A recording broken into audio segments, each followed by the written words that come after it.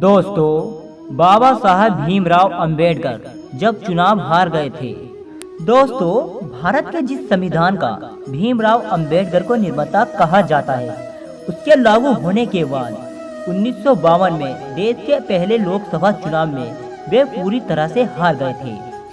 दोस्तों, आज देश की नई पीढ़ी के लिए यह जानना दिलचस्प है कि भारत के जिस संविधान का उन्हें निर्माता कहा जाता है, 26 नवंबर 1949 को उसके अधिनियमित आत्मप्रेति व एग्रेसिव होने के बाद 1952 में संपन्न हुए देश के पहले लोकसभा चुनाव में वे पूरी तरह से हार गए थे। उनकी यह चुनावी पराजय लंबे समय तक चर्चा का विषय बनी रही थी।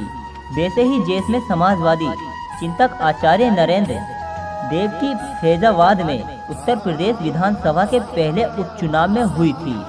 प्रत्याशित हार दुर्भाग्य से बाबा साहब की जातियों व निर्माण दिवसों पर अनेक समारोह आयोजन के बावजूद हमारी नई पीढ़ी को उनके व्यक्तित्व व कृति के बारे में ज़्यादा जानकारी नहीं है।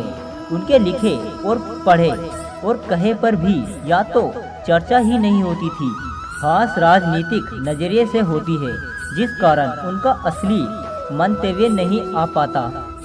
दोस्तों, कम ही लोग जानते हैं कि आज़ादी के बाद पंडित जवाहरलाल नेहरू के प्रधानमंत्रित्व में बनी देश की पहली अंतरिम सरकार में वे विधि और न्याय मंत्री हुआ करते थे।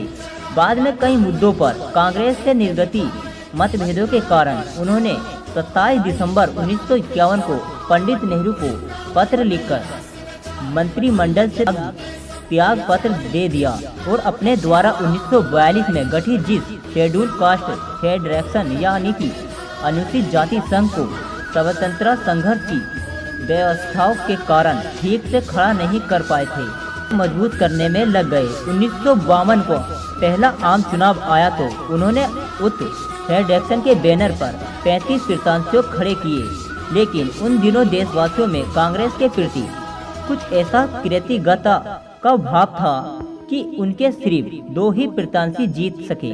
खुद डॉक्टर भीमराव अंबेडकर महाराष्ट्र की बम्बई शहर उत्तरी सीट से चुनाव हार गए थे। उन दिनों की व्यवस्था के अनुसार इस सीट से 2 सांसद चुने जाने थे, दोनों ही कांग्रेसी चुन लिए। बाबा साहब को 1,23,576 वोट मिले, जबकि कांग्रेस के प्रत्याशी काजरोलकर को 1,37,950 वोट।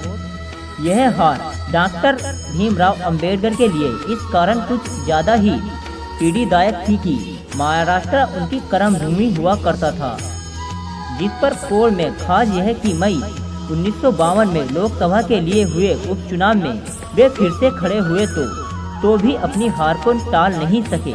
लेकिन इन शिक्षकों से उनके राजनीतिक जीवन पर इसलिए ज़्यादा प्रभाव नहीं पड़ा, क्योंकि उन दिनों बड़े नेता चुनावों की जीत हार को ज़्यादा महत्व नहीं देते थे और उन्हें अपनी नीतियों व विचारों को जनता के बीच ले जाने और प्रचारित करने के अवसरों के रूप में लेते थे। अलबत्ता बाद में बाबा साहब ने स्टेट काउंसिल में मुंबई को आवंटित 17 सीटों में से एक पर पर्चा भरा तो वहां से निर्वाचित हो गए थे।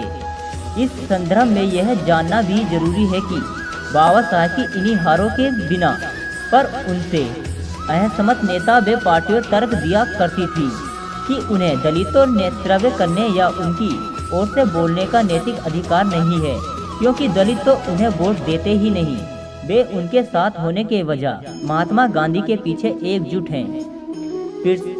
प्रसंग वंश जिस संविधान के निर्माता में बाबा साहब ने अपना अविस्मरणीय योगदान दिया, पहले उसके लिए बनी संविधान सभा के सदस्यों में से भी उनका नाम नहीं था। बाबा साहब के समर्थकों को यह बात ठीक नहीं लगी तो बंगाल के एक दलित सदस्य ने संविधान सभा के सदस्यता से इस्तीफा देकर अपनी सदस्यता का रास्ता साफ किया। तो वीडियो आपको पसंद आया हो तो वीडियो को लाइक करें, शेयर करें और इसके बारे में हमें कमेंट करें, और साथ ही हमारा चैनल को सब्सक्राइब नहीं किया तो सब्सक्राइब का बटन दबा दें।